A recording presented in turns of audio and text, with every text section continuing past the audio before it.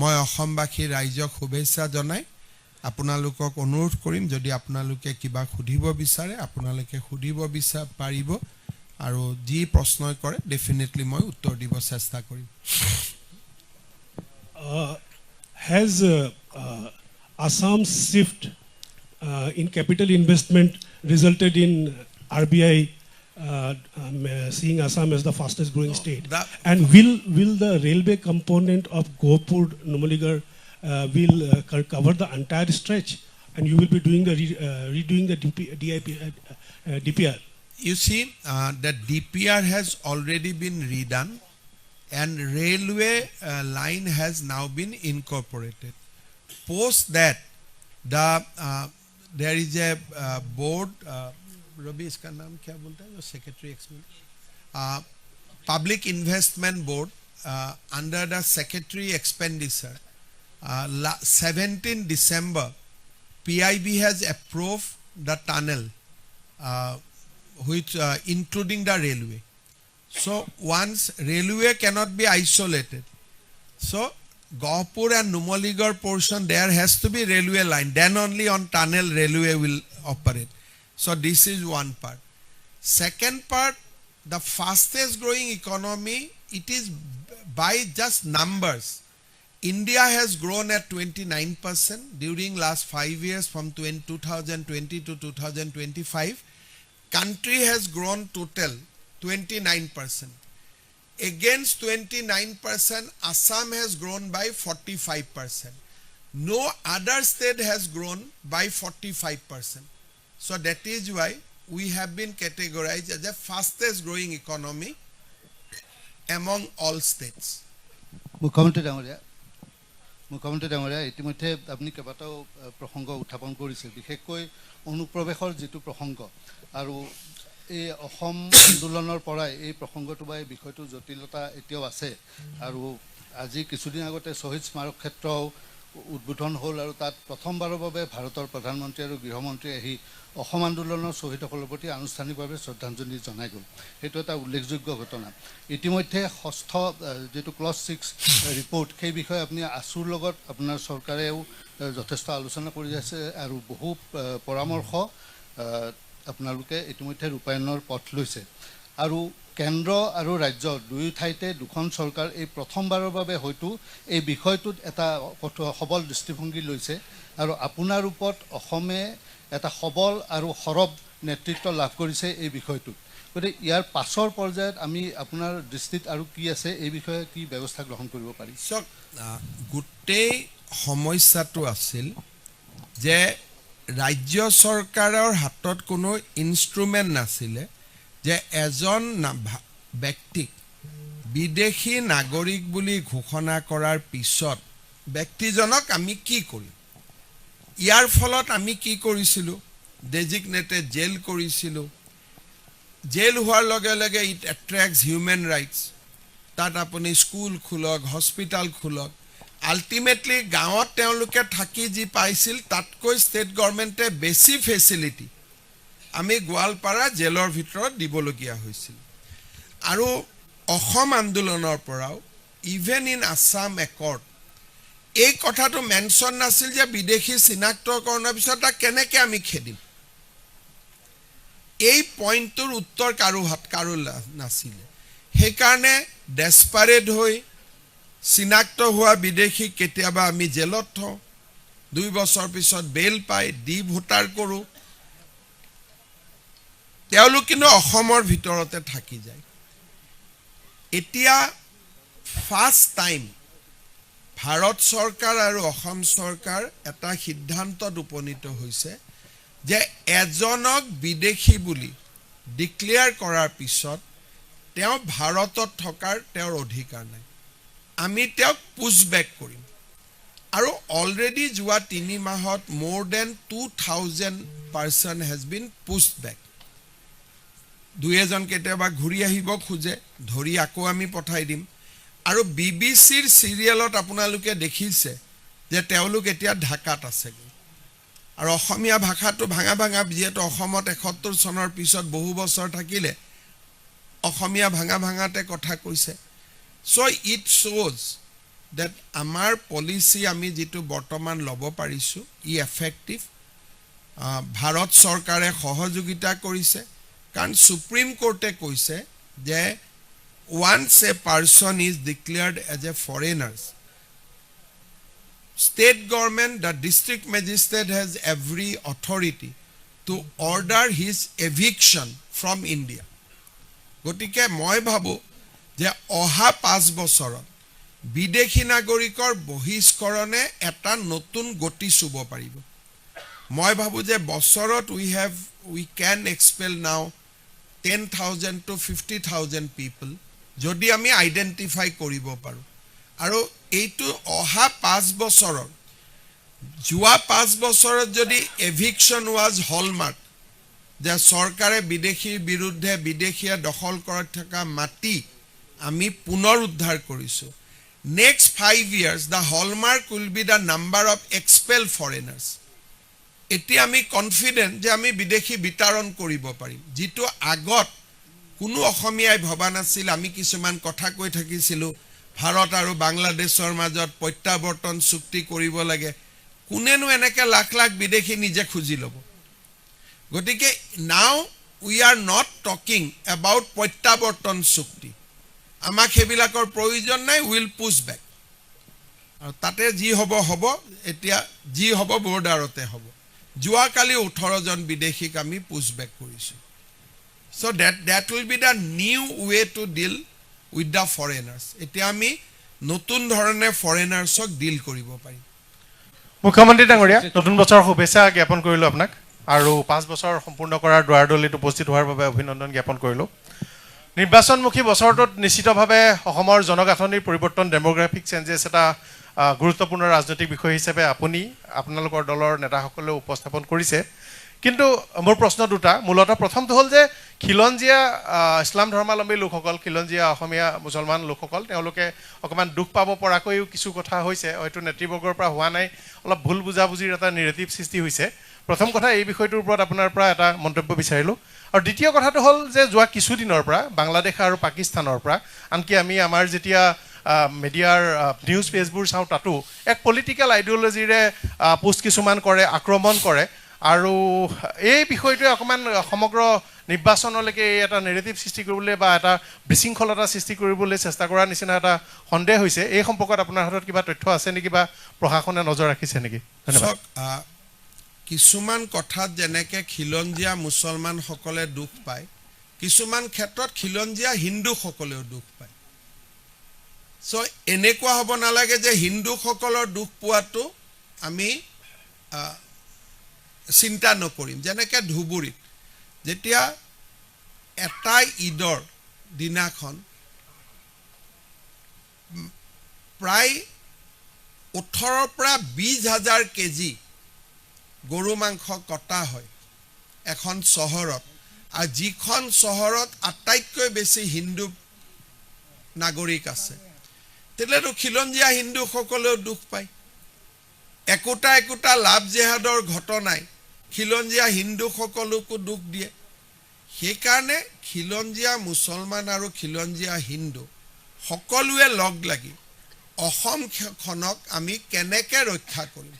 তাৰ বিষয়ে আলাপ আলোচনা কৰিব লাগে আৰু আমাৰ চৰকাৰে চৰকাৰ হোৱাৰ প্ৰথম অৱস্থাতে আমি কৈছো যে খিলঞ্জীয়া হিন্দু মুছলমান সকলোৰে অধিকাৰ অসমত একে সমান তাত আমি কেতিয়াও ডিসপিউট কৰা নাই কিন্তু আমি নিশ্চিতভাৱে বিচাৰো যে হিন্দু প্ৰধান অঞ্চলত গৰু মাংসৰ ভক্ষণ বন্ধ হ'ব লাগে হিন্দু প্ৰধান অঞ্চলত বা হিন্দু ছোৱালী সকলক বিভিন্ন নামেৰে লাভ জেহাদৰ যেটো আক্ৰমণৰ বলি কৰি লোৱা হয় হেয়া হ'ব নালাগে গতিকে আমি পদে পদে প্ৰতিটো দিনতে যি দুখ পাই আছো তাৰ বিষয়ে অসমত চিন্তা হোৱা উচিত আৰু খিলঞ্জীয়া মুছলমান সকলে বুজি পাব লাগিব যে খিলঞ্জীয়া হিন্দু সকলে ক'ত দুখ পাই আছে আৰু তেওঁলোকে মিয়া মুছলমান সকলৰ কিছুমানে যি অত্যাচাৰ কৰে ফেসবুক পোষ্ট লিখে কিবা লিখে যেতিয়া খিলঞ্জীয়া মুছলমান সকল হৰব হৈ উঠিব আজি যি বাংলাদেশৰ ঘটনা হৈছে বা প্ৰতিটো দিনে একোটা মিয়া মুছলমানে অবৈধ বুলিয়ে মই তেওঁলোকক ক'ম ফেচবুক কৰে ইনষ্টাগ্ৰাম কৰে ইয়াৰ কাউণ্টাৰ যদি খিলঞ্জীয়া মুছলমান মানুহখিনিয়ে দিয়ে তেতিয়াহ'লে আমাৰ খিলঞ্জীয়া হিন্দু মানুহখিনিৰ শক্তিটো বাঢ়িব নহ'লে বৰপেটা ধুবুৰী গোৱালপাৰাত আমিতো আজি মাইনৰিটি গতিকে এই মাইনৰিটি মানুহখিনিক সাহস লাগে শক্তি লাগে শিৱসাগৰ ডিব্ৰুগড়ত আজি যেনেকৈ আমি খিলঞ্জীয়া মুছলিম মানুহখিনিক সন্মানৰ চকুৰে চাওঁ কোনো আমি ভেদ বিভাদ নকৰোঁ তেনেকৈ আমাৰ মনত থাকিব লাগিব যে নামনিত বাস কৰা সংখ্যালঘিষ্ঠ হিন্দুসকলৰ কথা আৰু দুইটা ধৰ্মাৱলম্বীৰ লোকে দুইটাৰে যেতিয়া মনোকষ্ট বুজি পাব তেতিয়া অসমখন স্বাভাৱিকভাৱে শান্তি হ'ব ধৰ্মীয় সম্প্ৰীতি বাঢ়িব ইজনৰ সিজনৰ বুজাবুজি বাঢ়িব গতিকে মই ভাবোঁ যে এই ক্ষেত্ৰত আমাৰ সকলোৰে কৰণীয় আছে আৰু সকলোৱে কৰিব লাগে অনাৰেবল চিএম ছাৰ মই বড়োলেণ্ডৰ পৰা আহিছোঁ সংবাদ জগতৰ মোৰ ৩৫ বছৰৰ আহি আছোঁ মই এখন দৈনিক বাতৰি কাকতৰ সম্পাদক হয় মোৰ কাকতখন চানচে বদলি ইংখং আগত ২০০৪ চনৰ আগত বড়ো কাকত নাছিল আমাৰ ডেইলি বড়ো কাকত ইউজি ব্ৰহ্ম ডাঙৰীয়াই মোৰ কাকতখন উন্মোচন কৰিছিলে ২০০৪ চনত এতিয়া মই কথা কওঁ ছাৰ আপোনাক ৰাইজে ভাল পায় আৰু আপোনাৰ এই ৫ বছৰত যিখিনি পদক্ষেপ লৈছে আঁচনি যোগিত কৰিছে ৰূপায়ণ কৰিছে আপোনাক ৰাইজে ভাল পায় আৰু আমি ভাল পাওঁ এতিয়া মোৰ কথা ক'ম বড়োলেণ্ডৰ কথা অলপ কম মই ছাৰ ইয়াত বড়োলেণ্ডত বা নামনি অসমখন সংঘৰ্ষ জড়িত হৈছিল এই কাৰণত মোৰ ব্যক্তিগত অভিজ্ঞতা মই ক'ব বিচাৰিছোঁ যে নামনি উজনি এই ভাৱটো আগত অসমত আছিল আৰু উজনি অসমখন আগবাঢ়ি গৈছিল নামনি অসমখন পিছ পৰি গৈছিল যাৰ কাৰণে আমাৰ ইয়াত আন্দোলনো হৈছিলে বড়োলেণ্ড আন্দোলনো হ'ল বড়োলেণ্ড সৃষ্টিও হ'ল এতিয়া বড়োলেণ্ড সৃষ্টি হোৱাৰ পিছত ২০০৩ চনৰ পিছত যেনেকৈ অগ্ৰগতি হ'ল ডেভেলপমেণ্ট হ'ল বড়োলেণ্ডখন ৰাইজে একদম শান্তিত আছিলে আৰু ৰাইজে আশা কৰিছিল যে আমাৰ বড়োলেণ্ড ৰাজ্যখন দৰকাৰেই নহয় যে তেনেকুৱা যদি অগ্ৰগতি হয় কিন্তু ছাৰ ইয়াত এই অগ্ৰগতি বিষয়ত কিছুমান ৰাজনৈতিক লাভালাভৰ কাৰণে কিছু সংঘৰ্ষ সৃষ্টি হৈ আছিলে তেতিয়াৰ পৰা যাৰ কাৰণে এই অঞ্চলত বিভিন্ন বিভেদ কাম লৈছিলে ২০০০ চনৰ পৰা যেনেকৈ বিটিয়া একৰ্ড হ'ল তেতিয়া আমাৰ কিছুমান পোৱা অধিকাৰে ষ্টেটলৈ ঘূৰি আহিব লগা হ'ল নাজানো আমি কি হৈছে ভিতৰত নাজানো কিন্তু আমাৰ সমাজত বড়োলেণ্ডৰ ৰাইজৰ সমাজত এতিয়া এটা বিভ্ৰান্তিৰ সৃষ্টি কৰিলে যাৰ কাৰণে আমাৰ পিছ পৰি গৈছে আৰু সঁচা সঁচিকৈ যোৱা ৫টা বছৰত একদম পিছ পৰি গৈছিলে ১৭ বছৰ হাগ্ৰা মহিলাৰ চৰকাৰ নাইবা সেই সময়ত চৰকাৰ যিখিনি কৰিছিলে তাৰে ইনফ্ৰাষ্ট্ৰাকচাৰ নোহোৱা হৈ গ'ল কিন্তু ছাৰ লেটেষ্টলি যেনেকৈ ইলেকশ্যনত হাগ্ৰা মহিলাৰী বা নতুন চৰকাৰ আহিল আপুনি তেওঁক লগত সহায় কৰিলে সহযোগ দিলে বা তেখেতক আপুনি আশ্বাস দিলে আৰু এইখিনিৰ ভিতৰতে যিখিনি নেকি আগভাগ কাম লয় আঁচনিসমূহ কৰিলে একদম ধন্যবাদ পাত্ৰ ছাৰ আপোনাক বড়োলেণ্ডৰ ৰাইজে ভাল পায় এতিয়া মোৰ কথা অলপ কম ছাৰ মই এখন কাকতৰ লগত জড়িত মোৰ দুখন পেপাৰ আছে বড়ো এখন ডেইলি প্ৰথম বড়ো চানচেৰি বুটলি ইংখং আৰু মই ২০০৭ চনৰ পৰা এখন ইংলিছ কাকতো পাব্লিছ কৰিছোঁ দি বড়োলেণ্ড এক্সপ্ৰেছ নামেৰে আৰু এই দুখন পেপাৰ অসম চৰকাৰৰ গভৰ্ণৰৰ দ্বাৰা স্বীকৃতিপ্ৰাপ্ত মানে এন পেনেল পেপাৰ কিন্তু ছাৰ ২০০৭ চনৰ পৰা আমি এই কাকতখনে আপোনালোকৰ চৰকাৰৰ সহযোগত নাইবা আপোনালোকৰ বিজ্ঞাপন পাই পেলাই বহুখিনি আগবাঢ়ি আহিছিলে কিন্তু মই নাজানো যে যোৱা ২টা বছৰত কি কাৰণে আমি এভাৰেজটো নোপোৱাকৈ থাকিম ঠিক আছে বুজি নাপালে আৰু কম ছাৰ আপুনি ধুনীয়াকৈ বহক মিটিঙৰ পিছত আপোনাক পীযুষ হাজৰিকাই লগ থেংক ইউ পাব ছাৰ আপোনাক পীযুষ হাজৰিকাই লগ পাব কথাখিনি পাতিম মোৰ এটা প্ৰশ্ন আছিলে এটা অতি সাধাৰণ ৮,০০০ প্ৰশ্ন। টকাৰ কথা ক'লে হয়। অৰুণোদয় বেনিফিচিয়াৰিজখিনিক জানুৱাৰীত নাপায় তো মই ধৰি লৈছোঁ যে মে'লৈকে ইলেকশ্যনৰ ৰিজাল্ট ওলাই যাব নতুন চৰকাৰ এখন মেট পাই যাব এপ্ৰিল মই এইটো এইটো বিহুৰ জানিব বিচাৰিছোঁ। উপহাৰ মই তাৰমানে 5টা মাহ নাপায় পইচাটো নহয়। এনেকুৱা নে কথাটো জানুৱাৰী ফেব্ৰুৱাৰী মাৰ্চ এপ্ৰিল নাপায় একেলগে আমি ৮,০০০ টকা দি দিম অ'কে কিন্তু মে'টো পাব তাৰমানে এইটো বিহুৰ উপহাৰ গতিকে বিহুলৈকে আমি একেলগে দি দিম আৰু তাৰমানে মে'ত যদি ধৰি লৈছোঁ আপোনালোকৰ চৰকাৰ আকৌ আহে তেতিয়া কণ্টিনিউ থাকিব নহয়, তাৰমানে। চৰকাৰ অহা নহয় কথা নাই, অৰুণোদয়টো কণ্টিনিউৱাছ স্কিম হয়। অঁ। গতিকে মে' মাহত অৰুণোদয় পাব, জুনত পাব, জুলাইত পাব, এইটো পাই থাকিব। যদি কোনোবা চৰকাৰে বন্ধ কৰিব সিদ্ধান্ত লয় বেলেগ কথা, যেতিয়ালৈকে কোনোবাই বন্ধ নকৰিব অৰুণোদয় পাই থাকিব। কিন্তু ইলেকশ্যনৰ মাহত টকাটো দিয়াত কৰি আমি কৈছোঁ যে জানুৱাৰী, ফেব্ৰুৱাৰী, মাৰ্চ, এপ্ৰিল যোগ কৰিলে কিমান হয়? 5,000 হয়। 5,000 লগত 3,000 আমি আৰু যোগ কৰি দিলোঁ, 8,000 টকা আমি একেলগে তেওঁলোকক দি দিলোঁ। মে'ৰ পৰা আকৌ কিমান টকা হ'ব? মে'ৰ পৰা আকৌ 1250 হৈ যাব। মে'ৰ পৰা আকৌ 1250,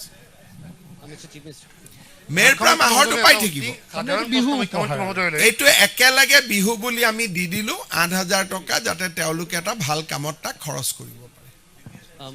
এইটোৱে বিৰোধীয়েতো ডেফিনেটলি এইটোক লৈ এটা বিৰাট ৰাজনীতি কৰিবলৈ চেষ্টা কৰিব চক এতিয়া। ৰাজনীতিটো তেওঁলোকৰ ভালৰ কাৰণেই কৰিলোঁ। যদি মাৰ্চত আৰু এপ্ৰিলত আমি অৰুণোদয় দিওঁ, তেওঁলোকে ইলেকশ্যন কমিশ্যনক কমপ্লেইন কৰিব যে কিয় অৰুণোদয় দি আছে ইলেকশ্যনৰ মাহ। গতিকে তেওঁলোকে যাতে কমপ্লেইন কৰাৰ সুযোগ নাপায় আৰু ৰাইজেও যাতে হাতত একেলগে পইচা এটা পায়, কিবা বিহু বুলি কিবা এটা ভাল কামত খৰচ কৰিব পাৰিব, সেইকাৰণে 20 ফেব্ৰুৱাৰী তাৰিখে আমি তেওঁলোকক একেলগে 8,000 টকা বেংকৰ একাউণ্টত এখন মিটিং পাতি আমি ট্ৰেন্সফাৰ কৰি দিম। কিন্তু বিহু পাৰ হৈ গ'ল, বিহুৰ পিছত আকৌ 1250 টকা পাই থাকিব। যদি ইলেকশ্যনৰ সময়ত আমি ঘোষণা কৰোঁ যে নহয় আমি আৰু বঢ়াই দিম, বেলেগ কথা, কিন্তু আমি একেলগে তেওঁলোকক 8,000 টকা দিম। মুখ্যমন্ত্ৰী মহোদয়, এটা প্ৰশ্ন সুধিব খুজিছোঁ। যিহেতু সন্মুখত নিৰ্বাচন, আপুনি ছ'চিয়েল মিডিয়াত খুব ব্যস্ত থাকে, এটা খুব কমিক কেৰেক্টাৰ আমি দেখিছোঁ পাইজান বুলি, আৰু মই নাচাওঁ এইবিলাক। কিন্তু বিজেপিয়ে ইতিমধ্যে ৰাহুল গান্ধীক পাপু বুলি এই কৰিছে। এতিয়া আপোনালোকে মানে বিশেষকৈ বিজেপিয়ে যিটো আমি খুব খুহুতীয়া চৰিত্ৰ দেখা পাইছোঁ পাইজান বুলি, মানে গৌৰৱ গগৈক পাইজান বুলি এই কৰিব খুজিছে নেকি? এনেইতো গৌৰৱ গগৈটো পাইজান হয়েই। ছ'চিয়েল মিডিয়াত কি লিখিছে লিখা নাই মই নাজানো। হি ইজ ডিপলি কানেক্টেড, পাইজান ইমান জনপ্ৰিয় হৈছে মানে এতিয়া। His family is deeply connected to Pakistan establishment, যিটো মই এতিয়া হৈ গ'ল, কোনোবা এদিন আৰু আপোনালোকক বেছি ৰখাই নথওঁ। মই খুব সোনকালে within a very short time মই আপোনালোকৰ হাতত এভিডেঞ্চখিনি দি দিম। বাকীটো কি লিখিছে ছ'চিয়েল মিডিয়াত মই নাজানো, বাট তেওঁৰ গতিবিধি চাইতো তেওঁকতো পাইজান যেন লাগে, কিন্তু কি লিখিছে মই দেখা নাই ছ'চিয়েল মিডিয়াত। Mr. Chief Minister, wish you a very happy new year, and Assam elections are nearing. So what would be your strategy for the upcoming election and your approach with your alliance partners, particularly in Bodoland, because BPF and UPPL are hinting on going solo? You see that our first priority will be to have a alliance where we can share seats with both UPPL and BPF. So that will be our effort. But if practically, if that is not possible, then we have to request both the party that whatever seats will contest, let at least minimum on that we can fight as a friendly one. Then in other seat, let both the party fight and decide who will win. But this is the extreme step. I am confident that at some point of time we will be able to bring both the party in the same platform, and that effort will be continued by us. So our primary effort will be to see that BPF, UPPL and BJP fought election together, if at all it is possible. Mr. Chief Minister, this side. So, 26 চনত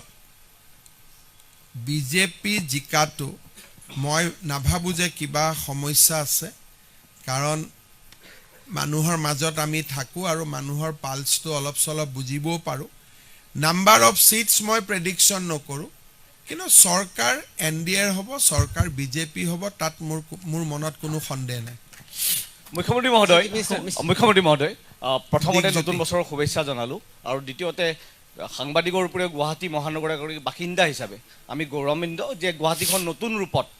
উদ্ভাসিত হৈছে আৰু এনেকুৱা ৰূপ আগতে দেখা নাছিলোঁ আৰু অনাগত দিনত হয়তো বাকীখিনি হ'ব এতিয়া মুখ্যমন্ত্ৰী মহোদয় 2021 চনৰ 10 মে'ত যেতিয়া আপুনি মুখ্যমন্ত্ৰী হিচাপে শপত লৈছিলে তেতিয়া এখন নতুন অসম আপুনি দেখিছিল আৰু এই বিগত প্ৰায় 5টা বছৰ হোৱা নাই 4টা মাহ বাকী আছে আপুনি কিছু সম্পূৰ্ণ কৰিলে আৰু কি আপোনাৰ আধৰুৱা সপোন আছে কিমান পাৰ্চেণ্টেজ এতিয়াও বাকী আছে বুলি ভাবে আপোনাৰ সপোনৰ অসমখন যিটো আপুনি এটা ৰূপৰেখা দীৰ্ঘদিন ধৰি লৈ আছিল সেইটো বিষয় আৰু দ্বিতীয়তে আপুনি যেতিয়া চৰকাৰ আহিছিল তেতিয়া আমি আশা কৰিছিলোঁ যে অসমৰ এটা দীৰ্ঘদিনীয়া সমস্যা সেয়া হ'ল আলফা বিশেষকৈ আলফাৰ সকলো সংগঠন উগ্ৰপন্থী সংগঠনৰ অসমত সমস্যা সমাধান হৈ গ'ল নো ট্ৰাইবেল মিলিটেন্টছ অলছো কিন্তু আলফা স্বাধীন থাকি গ'ল গতিকে সেই শেষ মানে বিন্দুকণো কেতিয়ালৈকে শেষ হ'ব পাৰে আৰু আপোনাৰ সপোনৰ অসমখন আৰু কিমান শতাংশ বাকী আছে চাওক প্ৰথম আমি চাব লাগিব যে 5 বছৰত এখন চৰকাৰে কিমান কৰিব পাৰে আৰু যদি সেইটো দৃষ্টিভংগীৰে আমি চাওঁ আজি আমি যিমানবিলাক কাম কৰিছোঁ আজি গুৱাহাটী বুলি নহয়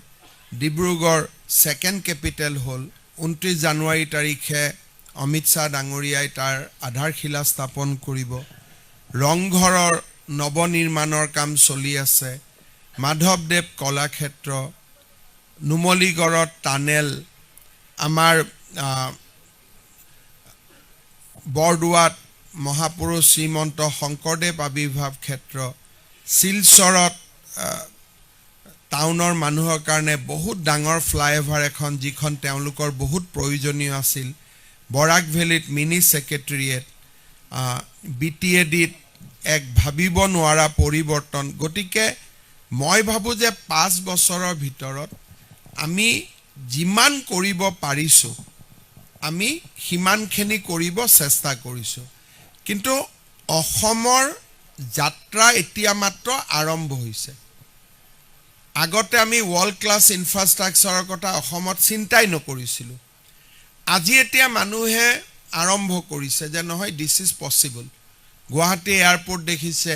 মানুহে কৈছে যে নহয় আমাৰো বেংগলুৰুৰ দৰে মাদ্ৰাজৰ দৰে বম্বেৰ দৰে আমাৰ ইয়াতো হ'ব পাৰে মই ভাবোঁ যে এই 5 বছৰ আছিল মানুহক কনভিন্স কৰাৰ সময় যে অসমেও এটা নতুন দিনত প্ৰৱেশ কৰিব পাৰে খালি মানুহৰ কোঅপাৰেশ্যন লাগে আজি আমি যোৱা 5 বছৰত মানুহক কনভিন্স কৰিব পাৰিলোঁ যে অসমত সেমিকণ্ডাক্টৰো হ'ব পাৰে পাৱাৰত অসম সাৰপ্লাস হ'ব পাৰে গ্ৰীণ পাৱাৰ হ'ব পাৰে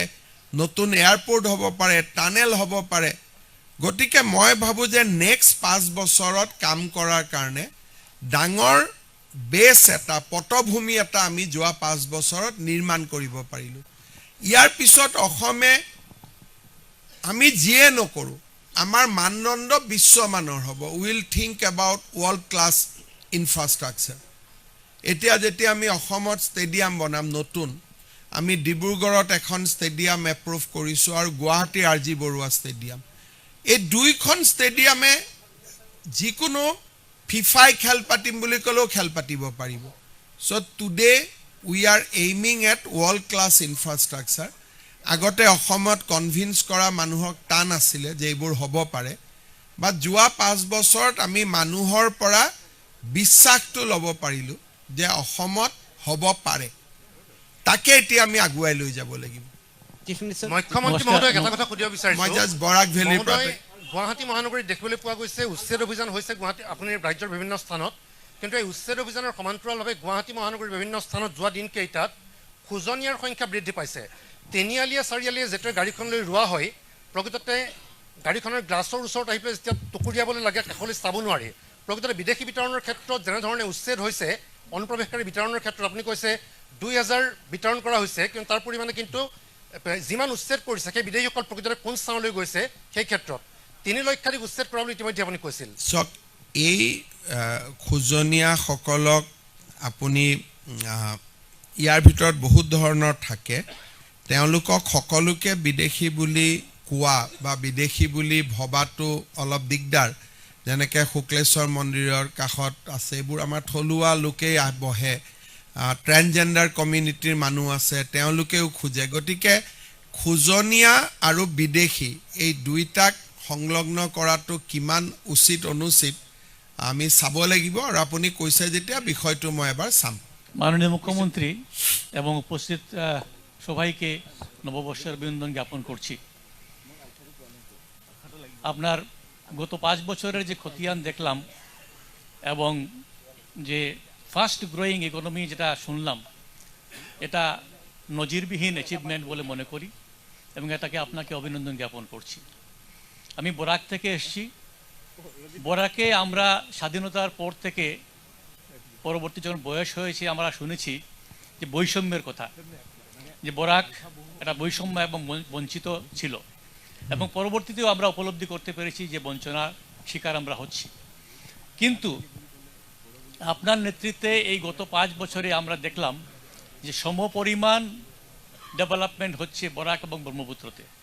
এতে আপনাকে অভিনন্দন জ্ঞাপন করছি যেমন আমরা উল্লেখ করেছেন আপনি মিনি সেক্রেটারিয়েট হচ্ছে আমাদের এতদিন 3টা ব্রিজ ছিল বরাকের উপরে এখন আরও 5টা ব্রিজ হচ্ছে বা হবে বা হয়ে গেছে এটা নজিরবিহীন উন্নতি বলে মনে করি বান নিয়ন্ত্রণের ক্ষেত্রে 2022 সালে আমরা যে ভয়াবহ বন্যার মোকাবিলা আমরা করেছিলাম বন্যার আমরা যে ভুগছিলাম তার থেকে এর পরে যে আপনার নেতৃত্বে সরকার বন্যা নিয়ন্ত্রণের ক্ষেত্রে যে পদক্ষেপ নিয়েছে তারপর কিন্তু আমরা যেভাবে বন্যা থেকে মুক্ত হয়ে রয়েছি সেটা নজিরবিহীন ঘটনা কারণ তার 22-এর পর থেকে আর কোনো বন্যা আমরা আক্রান্ত হইনি কারণ বন্যা নিয়ন্ত্রণের কাজ এত সুন্দরভাবে হয়েছে যার জন্য এটা হয়েছে মহাসড়কের কাজ আমরা দশকের পর দশক শুনে আসছিলাম যে মহাসড়ক হচ্ছে না কিন্তু দুজন মন্ত্রী আমাদের কৌশিক রায় এবং আমাদের কৃষ্ণেন্দু পাল ঘনে ঘনে এই সরজমিনে গিয়ে দেখছেন যাতে মহাসড়ক তাড়াতাড়ি হয় এবং তারা ঘোষণা করেছেন জানুয়ারি না হলে ফেব্রুয়ারির মধ্যে মহাসড়ক খুলে যাবে এটা বিরাট অ্যাচিভমেন্ট এটা কারণ এই মহাসড়ক হলে আমাদের দূরত্ব অনেক কমে যাবে মেডিকেল কলেজ একটি মেডিকেল কলেজ ছিল আমাদের এখন শ্রীভূমিতে মেডিকেল কলেজ হচ্ছে এবং হাইলাকান্দিতেও আপনি ঘোষণা করেছেন জায়গা পেলে হাইলাকান্দিতেও একটা মেডিকেল কলেজ হবে 3টি মেডিকেল কলেজ আমাদের উপত্যকায় হচ্ছে আমাদের শিলচরে মেডিকেল কলেজের সঙ্গে 500 বেডের সুপার স্পেশালিটি হসপিটাল হচ্ছে এটা নজিরবিহীন ঘটনা ফ্লাইওভারের কথা আপনি উল্লেখ করেছেন ফ্লাইওভারে মুষ্টিমেয় মানুষ বিরোধিতা করেছে এটা কোনো ব্যাপার নয় এই মুষ্টিমেয় মানুষ তাদের নিজেদের স্বার্থে সেটা করছে আমাদের মনে হয় যে এই ফ্লাইওভারটা হওয়া উচিত তার সঙ্গে কিছু ল্যান্ডিং দেওয়া দরকার কারণ বিভিন্ন জায়গাতে ল্যান্ডিংয়ের প্রয়োজন আছে কারণ শুধু ক্যাপিটাল পয়েন্ট থেকে রাঙ্গিরখাড়ি গেলে তো চলবে না ল্যান্ডিংয়ে অম্বিকাপুরী যেতে হবে গুরুচরণ বিশ্ববিদ্যালয়ে যেতে হবে প্রেমতলা যেতে হবে সো এইটা খুবই দরকার ডিস্ট্রিক্ট লাইব্রেরি অডিটোরিয়াম যেটা এটা পুরোদমে কাজ চলছে অত্যন্ত আধুনিক একটা ডিস্ট্রিক্ট লাইব্রেরি হচ্ছে 30 কোটি টাকা ব্যয় করে প্রথম পদক্ষেপ হিসেবে নেওয়া হয়েছে সেটা অত্যন্ত দ্রুতগতিতে কাজ চলছে নতুন এয়ারপোর্ট হচ্ছে ডলুতে নতুন এয়ারপোর্ট হচ্ছে এটা অত্যন্ত সুখের বিষয় এটা বিশাল কারণ আমাদের যে এয়ারপোর্টটা সেটা ডিফেন্সের এয়ারপোর্ট সেই নিজস্ব এটা আমাদের এয়ারপোর্ট অথরিটি অফ ইন্ডিয়া একটা এয়ারপোর্ট হচ্ছে এটা খুশির বিষয় স্বাধীনতার পর থেকে শিববাড়ি রোডে একটা ইরোশন সেই ইরোশনকে কোনো অবস্থায় বন্ধ করা যাচ্ছিল না কিন্তু আপনার নেতৃত্বে যে সরকার হয়েছে সেটা এই মুহূর্তে আরম্ভ করেছে এলিভেটেড করিডোর করে সেই শিববাড়ির যে বন্ধ করা হচ্ছে আমার এইমস হবে 4 লাইন হবে আমার কথা হলো যে একটা দাবি যে মঞ্জুর হয়েছিল এখানে সৈনিক স্কুল সেই সৈনিক স্কুলটার অবস্থা কি এবং গত বছর আপনি বলেছিলেন যে এক্সপ্রেস রোড যেটা হাইওয়ে রোড যেটা বড়পানি থেকে যেটা হবে 6 ঘন্টায় আমরা শিলচর যেতে পারবো সেটার অবস্থা কি আছে একটু যদি বলেন তাহলে খুশি হব নমস্কার এক্সপ্ৰেছ হাইৱেৰ লেণ্ড একুইজিশ্যনৰ কাম মেঘালয়ত ৰবি পজিশ্যনটা কৈ দিয়ক অলপ এক্সপ্ৰেছ হাইৱে শিলচৰ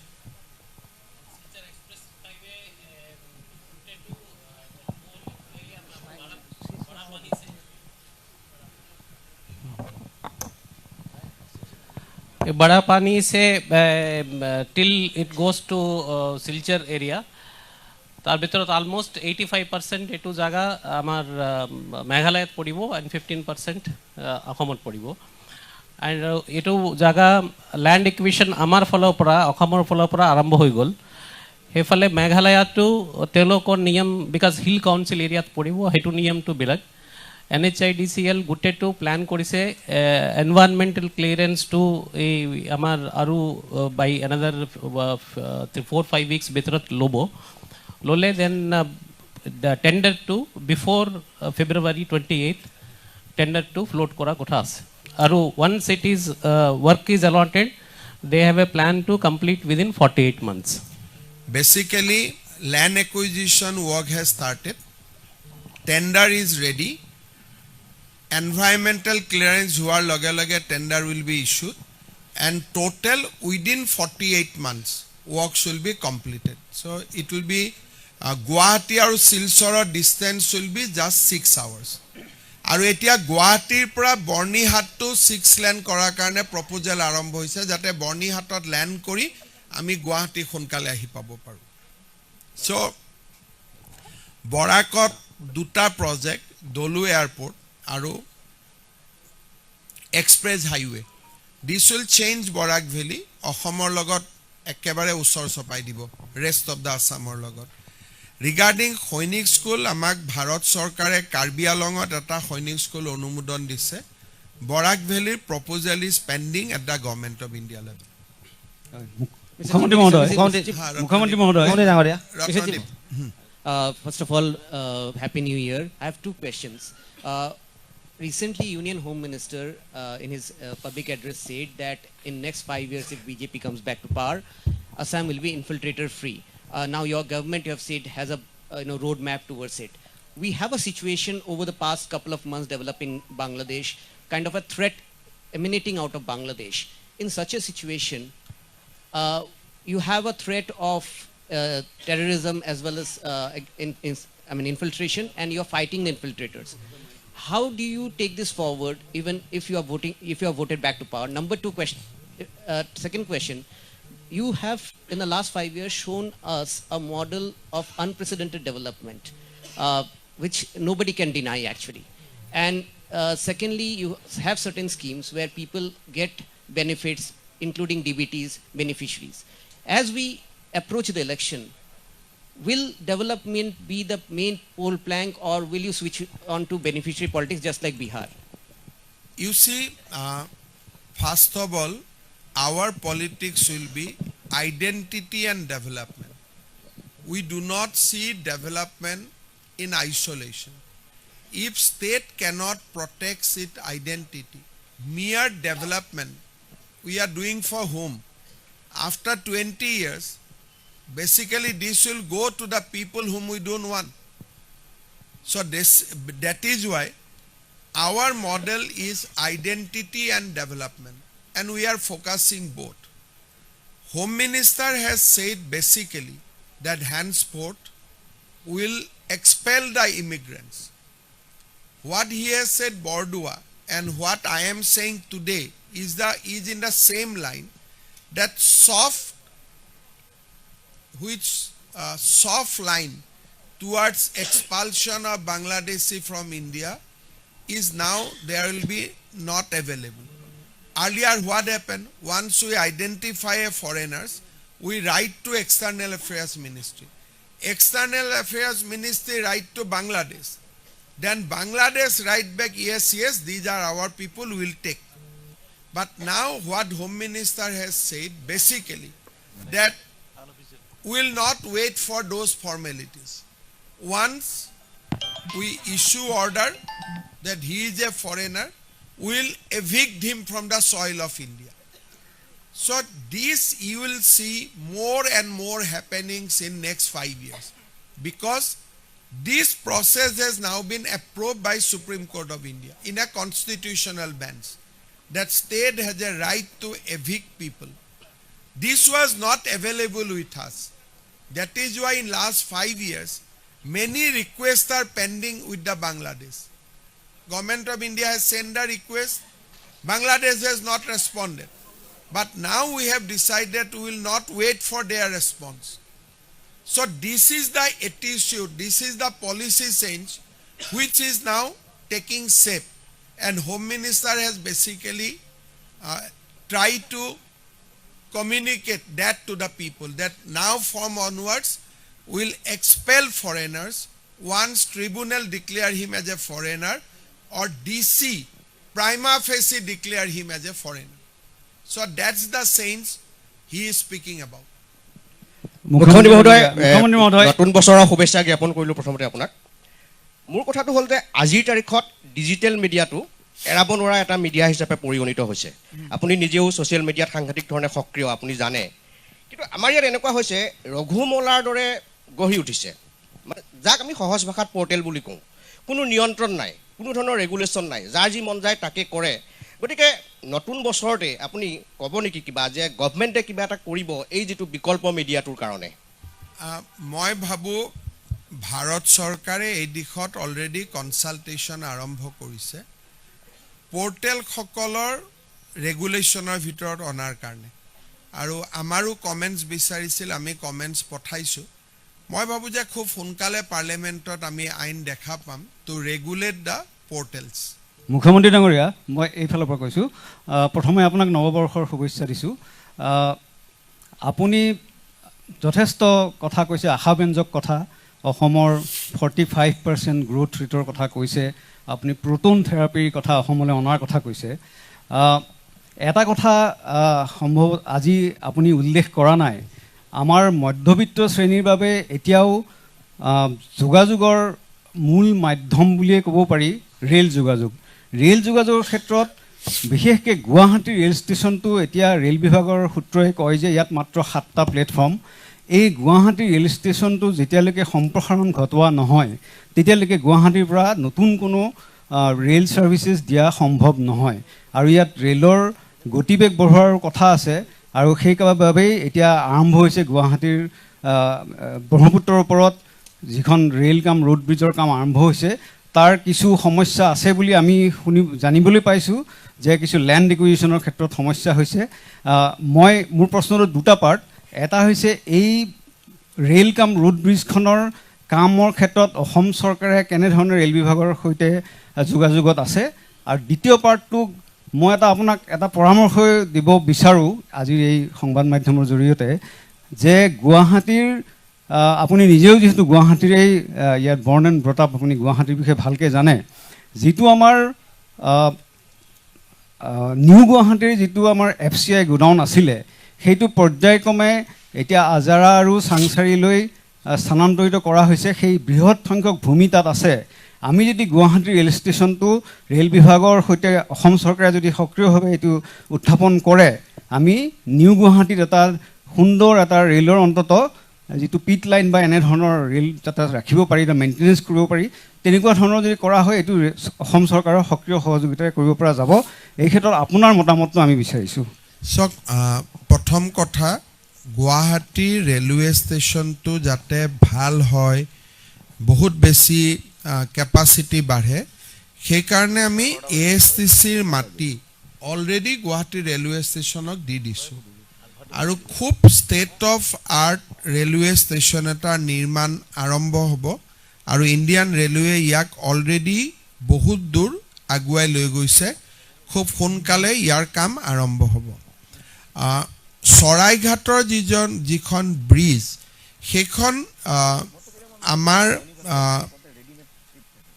ইতিমধ্যে it is now under construction কামবোৰ আৰম্ভই হৈছে আৰু লেণ্ড একুইজিশ্যনৰ বিশেষ কোনো সমস্যা নাই আৰু সেই ব্ৰিজখন it is now under construction আৰু খুব সোনকালে আমি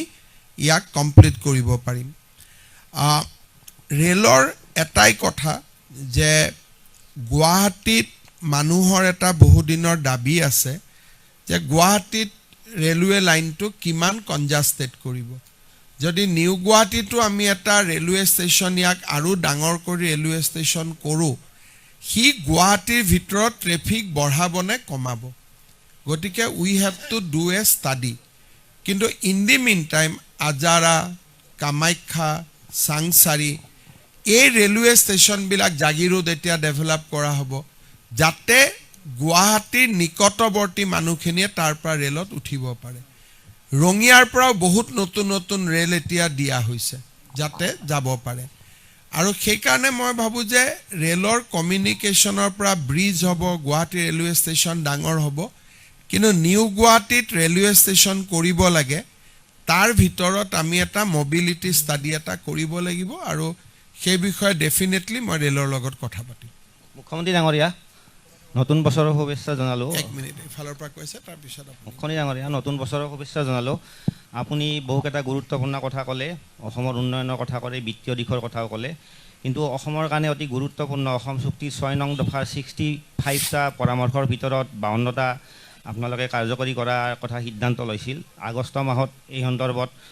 চূড়ান্ত সিদ্ধান্ত লোৱাৰ কথা আছিল। এই বিষয়টো কি পৰ্যায়ত আছে আপোনাৰ পৰা জানিব বিচাৰিছোঁ। অসম চুক্তিৰ 6 নম্বৰ দফাত ৰাজ্য চৰকাৰে কৰিবলগীয়া কামসমূহ আমি ইতিমধ্যে বহুবিলাক হাতত লৈছোঁ। আপোনালোকে এইবাৰো এছেম্বলিত দেখিছে, সত্ৰৰ ওপৰত আইন হৈছে, ট্ৰাইবেল বেল্ট এণ্ড ব্লকৰ ওপৰত আমাৰ জুডিচিয়েল কোৰ্ট স্থাপন কৰা হৈছে। চ' ক্লজ 6 ইমপ্লিমেণ্টেশ্যনটো এতিয়া অনগয়িং প্ৰচেছ, আমি কৰি কৰি গৈ থাকিম। কেন্দ্ৰীয় চৰকাৰৰ অধীনত থকা বিষয়বস্তুখিনি আমি এতিয়ালৈকে হাতত ল'ব পৰা নাই। ষ্টেটৰ কামখিনি আমি ধুনীয়াকৈ আগবঢ়াই লৈ গৈ আছোঁ। মুখ্যমন্ত্ৰী মহোদয়, পোনপ্ৰথমে আপোনাক নৱবৰ্ষৰ শুভকামনা জনাইছোঁ আৰু ইয়াত উপস্থিত থকা সকলোকে শুভকামনা জনাইছোঁ। মই 1993 চনৰ পৰাই সাংবাদিকতাত জড়িত। বৰ্তমান স্বৰ্ণলিপি আলোচনী, যিখন গৱেষণাধৰ্মী আলোচনী অসমৰ বিশ্ববিদ্যালয় মহাবিদ্যালয়বিলাকত সকলোতে গৃহীত হৈছে, সেইখনৰ সম্পাদনা কৰি আছোঁ। 16 বছৰত ভৰি দিছে। ইয়াৰ পূৰ্বে চন্দ্ৰপ্ৰসাদ শইকীয়াৰ সৈতে গৰিয়সী সম্পাদনাত মই সহকাৰী সম্পাদক, কাৰ্যবাহী সম্পাদক আছিলোঁ 2010লৈকে। মোৰ পৰিচয়টো দিছোঁ আৰু মোৰ প্ৰশ্নটো হৈছে যে সকলো সাহিত্যিকেই বিচাৰে সমাজখনক সাহিত্যিকেই উজ্জীৱিত কৰি ৰাখিছে, উদ্বেলিত কৰি ৰাখিছে, জাতিক আগবঢ়াই নিয়াত অভূতপূৰ্ব অৰিহণা যোগাই আহিছে। সেই সাহিত্যিকসকলৰ যিটো পেঞ্চন আপুনি দি থাকে বা চৰকাৰে দি আছে, নতুন বৰ্ষত তেখেতসকলৰ বাবে বৃদ্ধিৰ কিবা পৰিকল্পনা আপুনি সদৰি কৰিব নেকি? মোৰ প্ৰশ্ন সেইটোৱে। ধন্যবাদ। এই বিষয়টো আমি নতুন চৰকাৰ আহক, নতুন চৰকাৰলৈকে এৰি থৈ দিম, কাৰণ এতিয়াতো বাজেট নহ'বই। বাজেট যি প্লেনিং কৰা আছে সেইখিনিয়ে হ'বগৈ। আৰু এইবাৰ আমি ফেব্ৰুৱাৰীত যিখন বাজেট অধিৱেশন কৰিম, it is just A vote on accounts. তাতে নতুন একো হ'ব নোৱাৰে। নতুন চৰকাৰ অহাৰ পিছত ডেফিনেটলি বিষয়টো 8,000 টকা কম হৈ আছে, আমি আলোচনা কৰিব লাগিব। CM sir, recently we have seen one barbical racial slurs case in Dehradun, Angel Chakma. So regarding that, as we are the state of Northeast, so any concentrate take care or the in future the student for the northeastern student, those who are studying in North India, any step are being taken for them for their safety? I think it is really sad and unfortunate what has happened in Uttarakhand that cannot be approved. We have state government has already condemned the incident. We have sent our condolences. I believe that these will be definitely the culprits will be booked, punishment will be meted out, because we the Northeast, we are a proud citizen of India. And people must be educated that the northeastern region is not outside India, it is a part of India. And I think that incident was not there in last 5 years. This incident is a very unfortunate one. And I think these will not be repeated. That will be our hope. CM sir, very happy New Year from India Today Group. লাষ্টত আপোনাৰটো একদম লাষ্টত কৰি দিম, হৈ যায় শেষটোৱে আৰু আপোনাৰ। So there is also a national perspective there that you are against Muslims, but the thing is that you are actually against Mia Muslims, which are like Bangladeshi origins. So why have you not tried to clarify this distinction? You see, my job is to work for the state of Assam, work for the country. So we have clear ideological stand, and we only speak about our ideological issues. Now, I think people must come to Assam and people must see that what we are doing, what we are actually working for the poor and downtrodden. Today, whatever we have done, this has brought lot of happiness to Muslim women. When we ban polygamy, it gives lot of happiness to the Muslim women. Yesterday I was in Boko. I asked every Muslim woman that whether you are happy or not. They said that we are extremely happy. So I think it is not my job to change the perception. Who believes that we are anti-Muslim, anti-Hindu, they should come to Assam and change their perception. I am happy the way I am looked at. I have no problem. So one last question. So what is your New Year resolution? To bring back BJP into power again. মুখ্যমন্ত্ৰী মহোদয় এটা প্ৰশ্ন আছিলে আমাৰ আপুনি কৰিলক লাষ্টত পদ্মদাই সামৰণি মাৰিব আমাৰ যিসমূহ নিবনুৱা যুৱক যুৱনী সেইসকলৰ বেছিভাগৰে গুৱাহাটীৰ 1 মিনিট আপুনি ইয়াতে বহি দিয়ক ইয়াত 1 মিনিট আপুনি 1 মিনিট তাৰে বহক মই মাতি দিম আপোনাক মই নিজে যাম তেখেতৰ প্ৰশ্নটো লৈ লওঁ মই ষ্টেফিগ্ৰাফ মই লৈ ল'ম আজি হা আমাৰ নিবনুৱা যুৱক যুৱতীসকলৰ এটা আশা মানে গুৱাহাটীলৈ আহিব প্ৰাইভেট জব এটা কৰিব বেছিভাগৰে দৰমহাবোৰ 10ৰ পৰা 18,000 টকাৰ ভিতৰত প্ৰাইভেট জববোৰ যেতিয়া প্ৰথম আহে কিন্তু গুৱাহাটীখনত এনেকুৱা এটা ময়মতালি সৃষ্টি হৈছে বিশেষকৈ ৰুমৰ যিসমূহ মালিকে ৰেণ্ট দিয়ে তেওঁলোকে এটা ছিংগুল ৰুমৰ ভাড়া এতিয়া 9,000 টকাৰ পৰা আৰম্ভ কৰিবলৈ লৈছে যদিহে এটেচড হয় মানে কোনো গাইডলাইন তেওঁলোকে নামানে না তেওঁলোকে স্কোৱাৰ ফুট হিচাপ মানে না জিএমচিৰ কোনোবা গাইডলাইন মানে গতিকে এই গোটেই বিষয়টো যদি চাই যিখিনি আমাৰ ডেলিভাৰী বয় হয় বা সৰু সৰু বৃত্তিসমূহত জড়িত হৈ থকা যিসমূহ আমাৰ সৰু সৰু যুৱক যুৱতী বিশেষকৈ আপোনাৰ যদি চাই ডেলিভাৰী যিসমূহ বয় আছে তেওঁলোকৰ থকাৰ কাৰণে অসুবিধা হয় আৰু মই প্ৰায় 3টামান দিন ৰাতি এনেকৈ ঘূৰি চাইছিলোঁ বহুতখিনি যুৱক যুৱতীৰ লগত মই কথা পাতিলোঁ তেতিয়া সকলোৱে আপোনাৰ কথা ক'লে মামাই কি কৰে আৰু বুলি কৈ পেলাই হাঁহি এটা মাৰিলে যে মামাই কিবা এটা কৰিব বুলি হাঁহি এটা মাৰিছে কিন্তু মামাৰ ওচৰলৈ কথাটো গৈ পোৱা নাই বুলি ক'লে গতিকে মই সেইকাৰণে ভাবিছোঁ যে এই যিটো গাইডলাইন এইবাৰ এই বিষয়টো কিবা এটা কৰিব পাৰি নেকি মানে এটা নিৰ্দিষ্ট ৰেট কৰিব পাৰি নেকি নাই বিষয়টো গুৰুত্বপূৰ্ণ মোৰ নলেজত নাছিলে ডেফিনেটলি আমি ইয়াৰ ওপৰত ষ্টাডি কৰিম মুখ্যমন্ত্ৰী মহোদয় কেনেকৈ আমি ৰেণ্ট কণ্ট্ৰল কৰিব পাৰোঁ আমি ডেফিনেটলি চকু দিম মুখ্যমন্ত্ৰী মহোদয় প্ৰথমতে ইংৰাজী নৱবৰ্ষৰ শুভেচ্ছা শুভকামনা আৰু তাৰ লগতে মই আপোনাক সুধিব খোজা প্ৰশ্নটো এইটো যে যেহেতু পানীৰ কভাৰেজৰ কথা আমি কৈছোঁ গুৱাহাটীত মই বৰ্তমান এগৰাকী নতুন বাসিন্দা বুলি ক'ব পাৰোঁ গুৱাহাটীৰ গতিকে পানীৰ কভাৰেজৰ ক্ষেত্ৰত এটা প্ৰশ্ন বিৰোধীৰ ফালৰ পৰা বাৰে বাৰে উঠাই আছে যে আচলতে প্ৰজেক্টটো অসম্পূৰ্ণ ইনকমপ্লিট আৰু এতিয়াও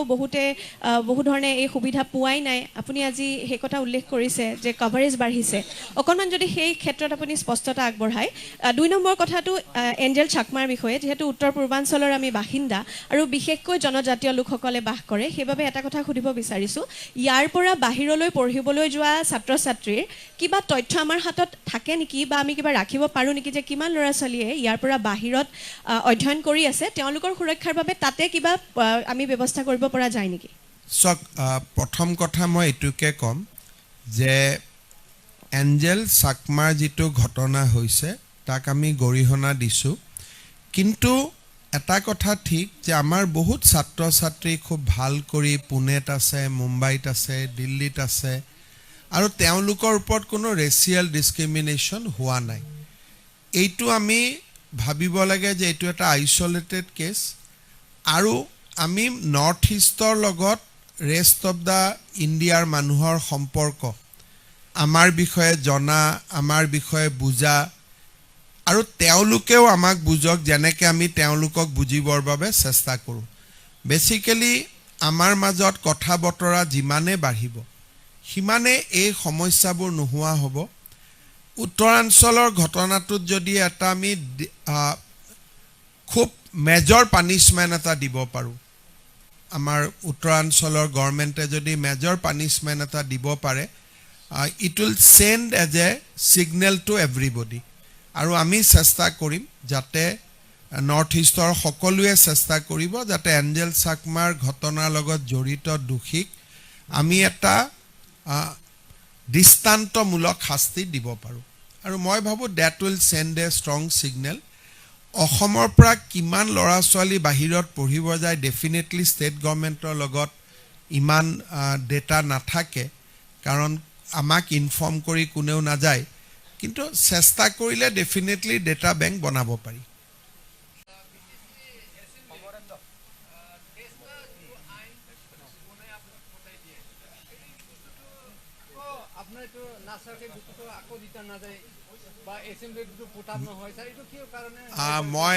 মই বড়োলেণ্ডৰ মন্ত্ৰী ডাঙৰীয়াক সুধিব লাগিব মোৰ টেবুলত এখনো আইন অহা নাই কিন্তু যদি ক'ৰবাত কিবা হৈ আছে মই চেক কৰি দিম সকলোকে ধন্যবাদ জনাই আজিৰ অনুষ্ঠান ইয়াতে সামৰণি মাৰিছোঁ সকলোকে ভাত এসাঁজ খাবলৈ নিমন্ত্ৰণ জনাইছোঁ